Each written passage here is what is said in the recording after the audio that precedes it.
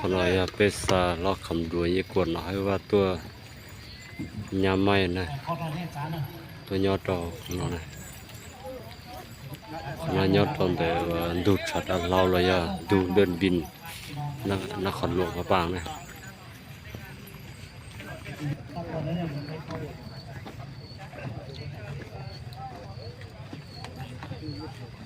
อันนั้นต้นนี้ให้ออกเด้อออกสองฝากเด้อ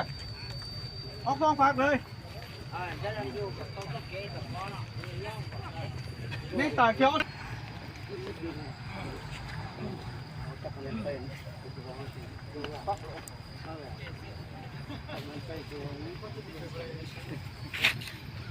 สั้นเอานะตัดหัวตัวยืนนี่เลยมันก็คือมาที่ลมบนส่งเสื้อเชียเลยตัดต่อมัวได้ชีนะได้ชีบลอจะละมุมบอดเราลุกเฉยนะ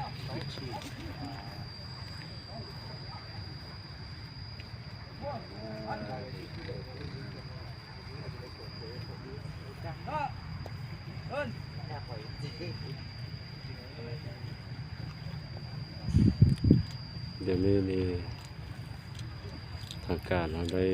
ขบวนการได้เอาถูกซาดปุ๊บเนาะหลังจากปุ๊บแล้วเราเดินออกเนาะทางการนำของรัฐที่กระเด็นมาช่วยอยากสู้เรียนทางสายการนิ่งทางสายเพื่อนนิดให้ที่หักแขนได้เราทำการประดับแห่ของทุกเศร้าเชี่ยสุดเชี่ยดายเลขอะไรอาวรเป็นอย่างยิ่ง